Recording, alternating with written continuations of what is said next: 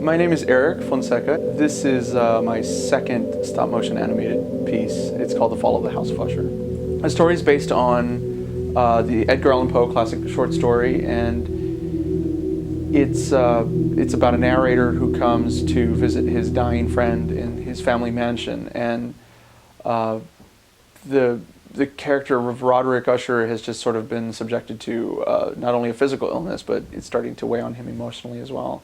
And as our main character is there to comfort him, and then he realizes that there's someone else in the house with them, and it comes to be his sister, Roderick's twin sister, Madeline Usher, who's dying of the same illness. She's probably a little further along in the illness than her brother.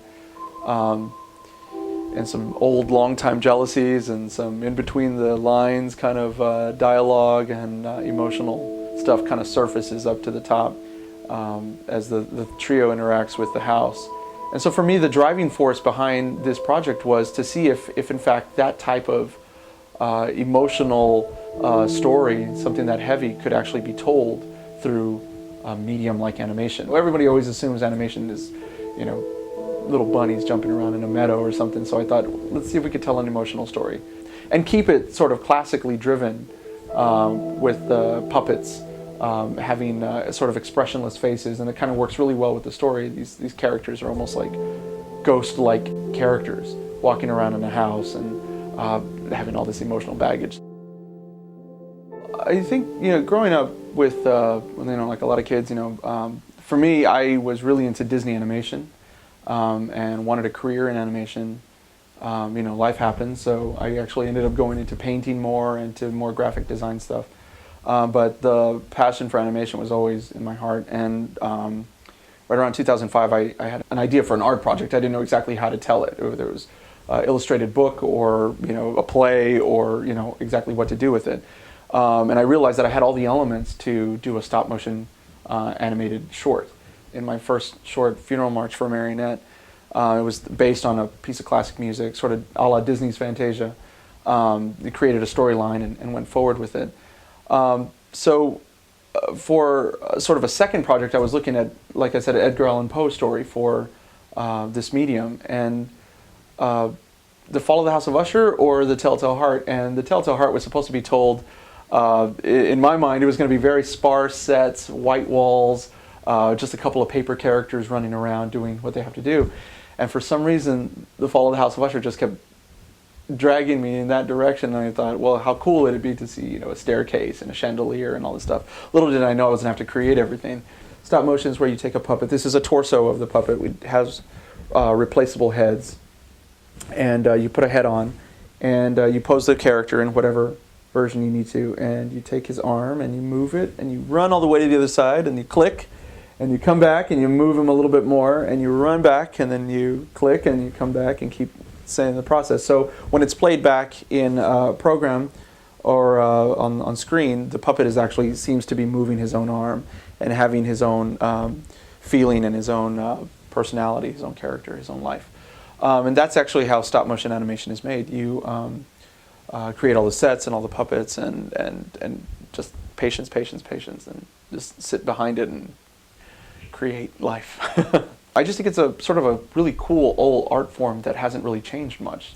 And there's just something really wonderful about seeing puppets sort of living and breathing, if you will, and telling a story, sort of, you know, old-fashioned. It's so precise that it kind of weeds out sort of the posers to stay on with a puppet, to actually create a performance, to create the sets and everything that goes with it, is a lot of work and a lot of patience.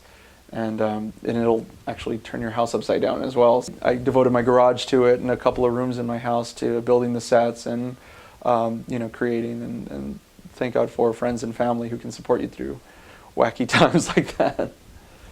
I think influences, of course, you know, growing up with really, programs like Sesame Street, or some of the stuff on PBS that we see. And I remember being in kindergarten, first grade, and they would lug out the projector, and we'd watch these old avant-garde sort of animated films from Russia and stop-motion films. I shot what is called on the doubles, which means 2 frames for every shot, and usually the frames are running at 24 frames a second. So I actually shot 12 frames a second, which worked fine for what I was doing. The pre-production phase of it began in 2006, and by post-production, the end of post-production was January of 2010. So right under 4 years is what this project took for 42 minutes. But it's one of those things, especially in this type of medium, you can't look at the big picture. You have to look at the leaves on the tree in the forest. You can't look at the forest. You have to just enjoy every little minute detail of the whole process, whether it's creating the sweaters that the characters are going to wear, or putting dryer lint to look like dust all over the house, and decorating the sets, and using all this stuff, and painting everything. Everything has to be, you have to love every single process of it. It's not anything that just happens overnight. The music was composed by Ryan Fonseca, my brother, and who's a wonderful artist in his own right, and has the ability to pretty much build an atmosphere. Eric would give me cue words like, this is a contemplative moment, or don't get too busy with the music here, pull it back, get a little bit stronger, get darker, get sad, those types of things. So I'm not really too technical with the music terms, but just kind of more what the emotion of the scene was. A piano with some reverb on it, kind of giving the feeling that it was in a room somewhere, maybe somebody was playing it. Just kind of making the music as part of the house, as much part of the house as we could. As much detail as I put in the sets and all this stuff, I mean, when you're looking at it on screen, it really comes to life with the music. I didn't really intend for this project to have grown as big as it's grown, to touch so many people in this fashion. It was really a sophomore project for me to keep getting my feet wet. And it's been one of those really wonderful welcomed things. I think filmmaking in San Antonio is growing, but something like animation is a little bit, much more of a tighter thing, and especially stop motion animation. The screening is going to be at the Alamo Drafthouse here in San Antonio on March 11th, Alamo Drafthouse Park North. There's going to be 2 different showings at 7 o'clock and 9 o'clock. They're also going to be screening a small documentary about the making of the fall of House of Usher, and I think I'm going to squeeze in Funeral March for Marionette if we can.